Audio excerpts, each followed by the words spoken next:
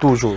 On entre dans des relations parce qu'on est guidé par l'émotion, parce qu'on est guidé par la passion, parce qu'on est même des fois guidé par les pulsions sexuelles. Parce qu'avec le froid qu'il y a à Yaoundé là, je suis sûr qu'il y a des gens qui vont se remettre en couple. Maintenant, au-delà de ça, il y a des questions à un moment donné qu'on se pose. Ou alors, il y a des signes qu'on devrait voir dans une relation et se poser la question de savoir la relation ou alors le chemin que j'ai emprunté, est-ce que ce chemin aura une porte de sortie. Alors aujourd'hui avec vous, nous avons décidé de parler de ces signes qui devraient ou pas montrer si une relation devrait aboutir au mariage. Oui, avant même d'entrer sur ces signes-là, on va décortiquer ces signes-là. Je voulais commencer par dire à nos fidèles téléspectateurs que le concubinage n'est pas un chemin qui mène au mariage. Il faut commencer par là. Moi, je connais des gens qui ont fait 20 ans, hein, donc il ne faut pas me décourager. Il y a des gens qui ont fait 30 ans de concubinage, qui ne sont pas mariés finalement. J'ai prévu d'aller en concubinage demain à 14h12. Ah, c'est la plus mauvaise voie à choisir. Si tu veux entrer dans le chemin du mariage, la voie la plus sûre, c'est la demande en mariage, fiançailles, mariage. Le concubinage, c'est un détour qui est plus long. On va dire, on va l'essayer, on va voir si ça va donner, et on va l'essayer jusqu'à quand. Quels sont les éléments qui permettent de dire que ça va donner ou ça ne va pas donner? Je crois que c'est de ça qu'on va parler aujourd'hui. La deuxième chose que je voulais donner comme préalable aussi, c'est que beaucoup de gens entrent dans cette relation-là sans être prêts pour le mariage. Ah oui. Comment ça? Oui, parce qu'ils entrent pour s'amuser. Tu as bien dit, il y a des gens qui sont impressionnés, ils voient quelqu'un à la télé, il est impressionné, il se dit je vais passer un peu de temps avec lui, et lui aussi va l'accepter en disant on verra si ça peut aboutir au mariage. Et donc, du coup, aucun de deux n'est prêt pour le mariage, mais chacun s'est dit, on ne sait jamais, par en cheminant, peut-être ça peut donner le mariage. Et la troisième chose qui est très importante, la plus importante d'ailleurs, c'est qu'on nous entend souvent mal. Quand on fait une émission comme celle-ci, le lendemain, les gens prennent des décisions catégoriques en disant, j'ai suivi, le coach a dit, donc, non. Je donne des indicateurs. Je ne dis pas que c'est ferme et que ce n'est que ça. Ce sont des indicateurs qui te permettent de réfléchir à la relation pour savoir si elle peut aboutir au mariage.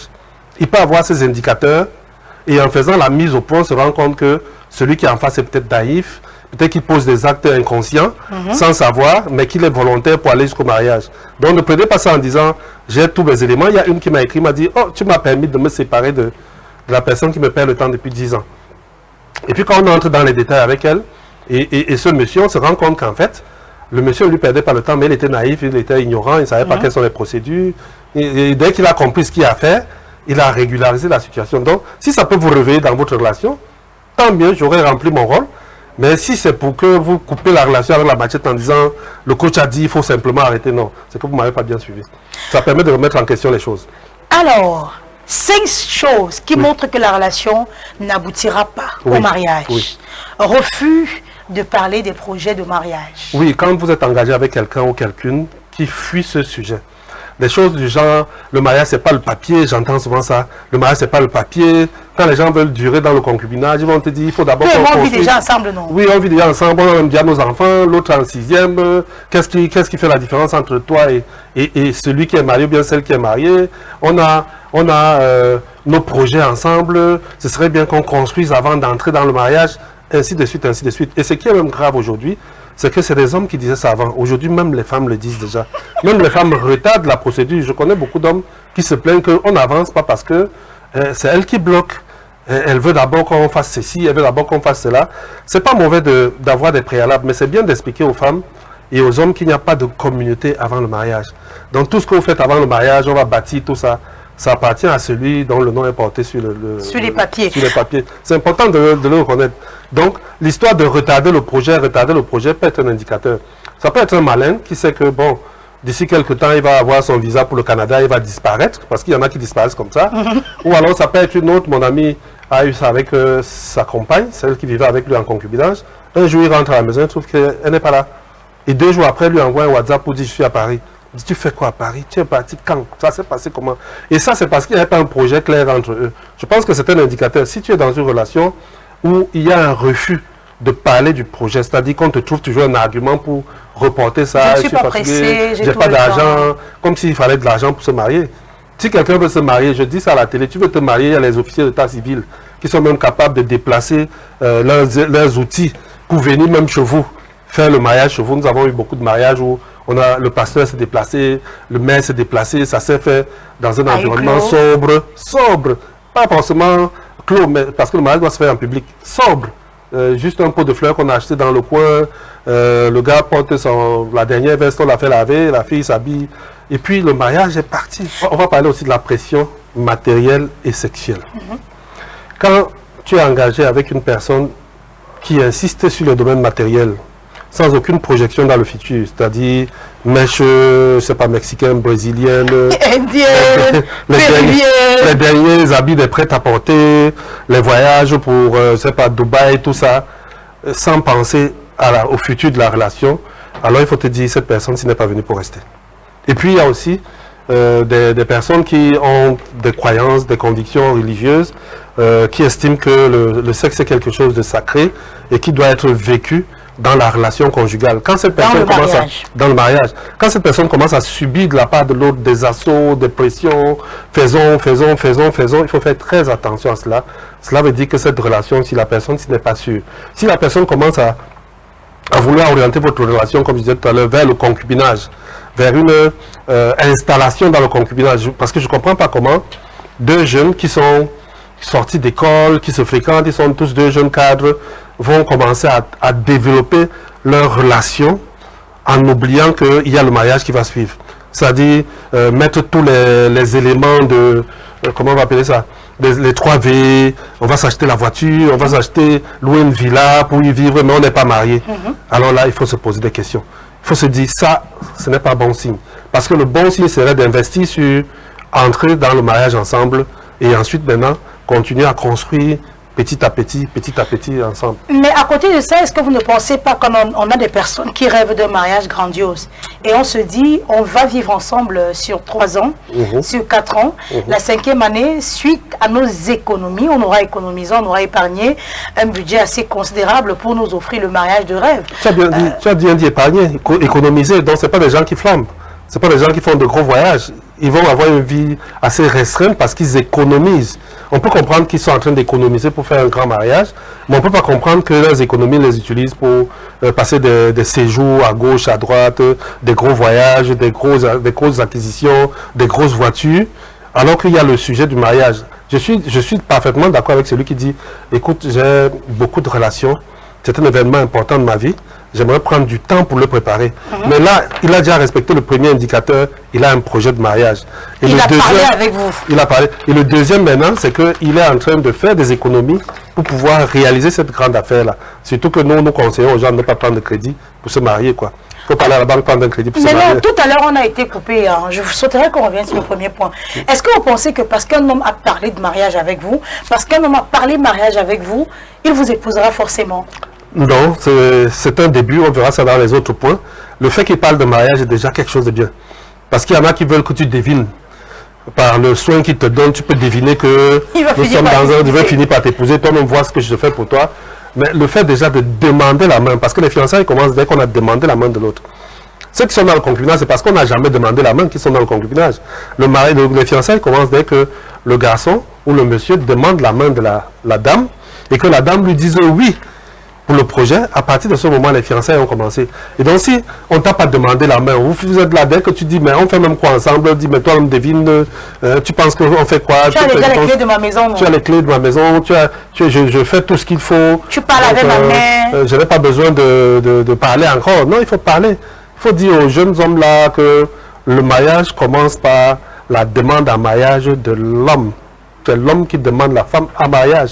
Et il faut avoir le courage de se lever et aller demander la femme en mariage. Courir le risque qu'on vous dise non.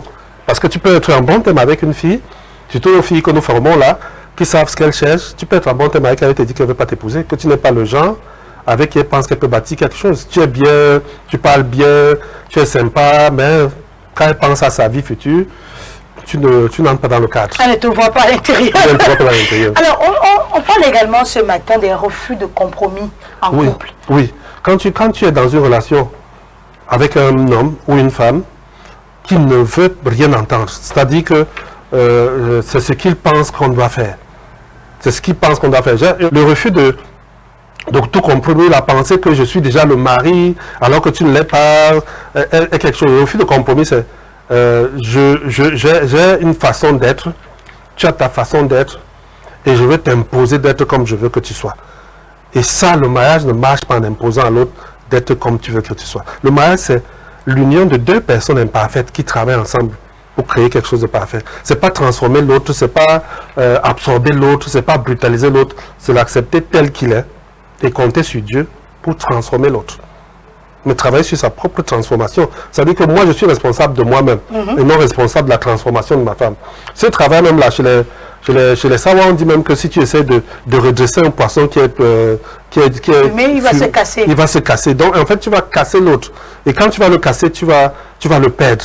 Parce qu'il ne sera plus entier. Donc, tu lui laisses à lui-même la possibilité de se développer en acceptant que ce que j'avais rêvé de ma vie ne sera pas exactement comme ça parce que j'ai quelqu'un à côté qui est différent.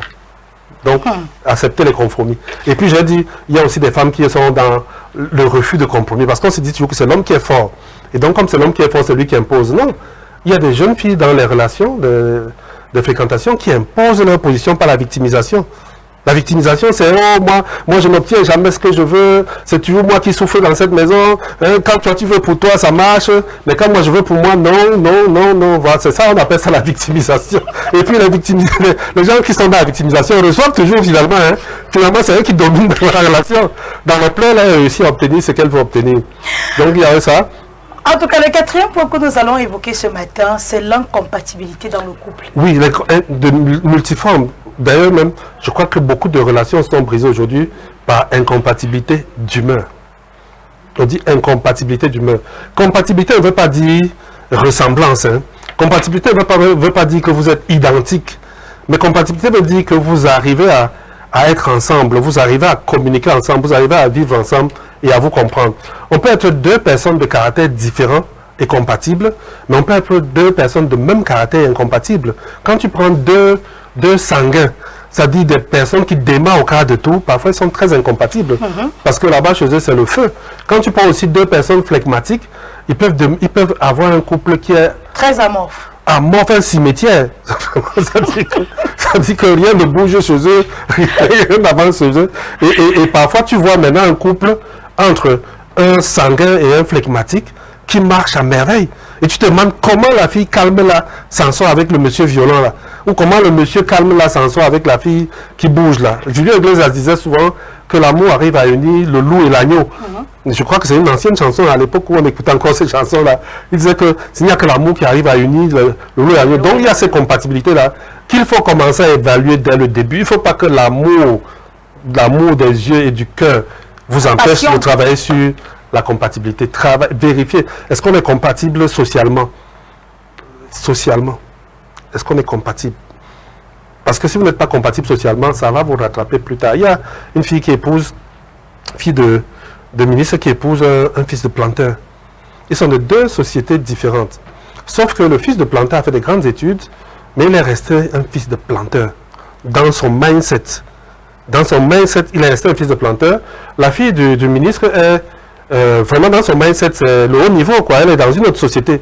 Donc, on a un fils de planteur qui est un directeur général, qui a des affaires, qui a beaucoup d'argent, mais qui est au bas de la société, dans son mindset.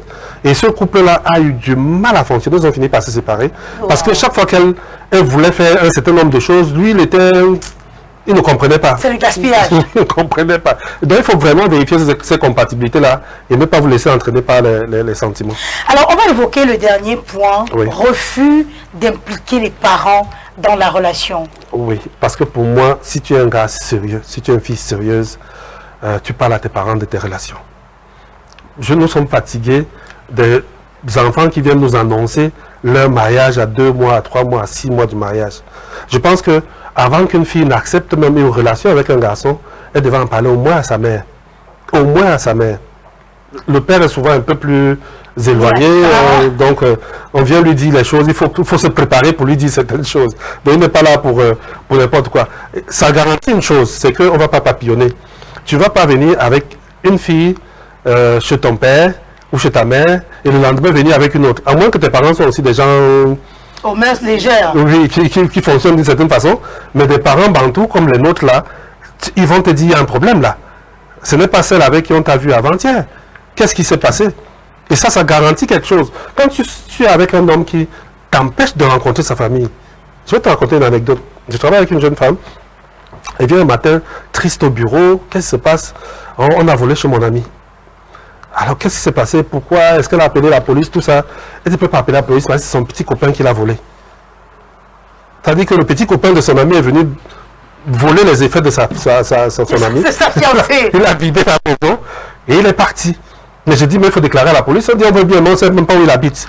Et ça, c'est des folies que ce n'est qu'à la fin des relations que tu entends ce genre de choses. Tu es en relation avec un gars qui vient chez toi, il dort chez toi, il fait plein de choses avec toi, mais tu ne sais pas où il habite. Parce qu'il te dit que non, il ne veut pas que ses parents te voient, il te montre sa maison à distance. Et le jour où tu vas vraiment là-bas, tu découvres que ce n'est même pas chez eux, qu'ils n'habitent pas là-bas. Et donc, quand quelqu'un refuse que tu rencontres ses parents, il faut faire très attention à cela. Il faut faire très attention à cela parce que pour moi, la relation doit être ouverte. Si quelqu'un a honte de moi, que ses parents puissent me voir, je me demande si c'est le jour où je viendrai toquer à la porte qu'on va m'ouvrir. Parce que ces choses-là, tu es africaine, donc tu connais, ces choses se préparent avant. Le jour où on dit qu'on va venir toquer à la porte, le gars est déjà venu à la maison plusieurs fois. On l'a reçu, il l'a mis avec les frères, les cousins. Et là où ça va vous sauver, c'est que pour une fille, ce gars, quand il vient à la concession, tes frères le voient. Tes frères sont déjà tes gardiens. Si c'est un bandit qui est connu dans la capitale, à Douala et tout ça, on va te dire, ce gars, on le connaît, à Bali, il a fait le désordre, ou à Bonanjo, il a fait telle chose. On va te signaler que fais attention à lui. Donc, je dis aux jeunes personnes qui vont se marier, si quelqu'un refuse d'impliquer les parents, il faut faire très attention. Et je reviens au début. J'ai dit au début, ce sont des indicateurs. Je n'ai pas dit que si quelqu'un refuse de voir tes parents, ça veut dire qu'il faut arrêter la relation. J'ai dit simplement, ça t'amène à réfléchir et à l'amener à régler cette situation-là. Donc voilà un peu ces 5 choses-là que je voulais partager avec les différentes personnes. Donc tu as 5 choses. 1, refus de projet. Tu ne veux pas parler de projet. 2, pression matérielle et sexuelle. 3, refus de tout compromis. 4, pas de compatibilité. 5, refus de voir les parents. Et je réitère, vraiment, si tu t'engages avec un homme qui est dominateur pendant la période de fréquentation, pendant les fiançailles, comment va-t-il être pendant le mariage? C'est-à-dire que pendant les fiançailles, il doit être charmant et tout. Lui, il est plutôt dominateur, brut, tout ça. Il faut vraiment faire attention. Waouh, je pense qu'on aura fait le tour et que chaque téléspectateur ce matin aura trouvé des réponses ou alors des éclaircies en ce qui concerne le doute qui s'installe naturellement dans une relation quand elle n'est pas encore officielle.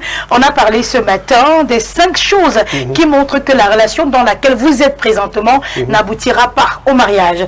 Alors on a parlé du refus de parler de projet de mariage, on a parlé de la pression matérielle et sexuelle, c'est-à-dire un homme qui veut vous épouser ne forcera pas tout le temps pour aller au lit avec vous parce qu'il sait qu'il a toute la vie pour le faire.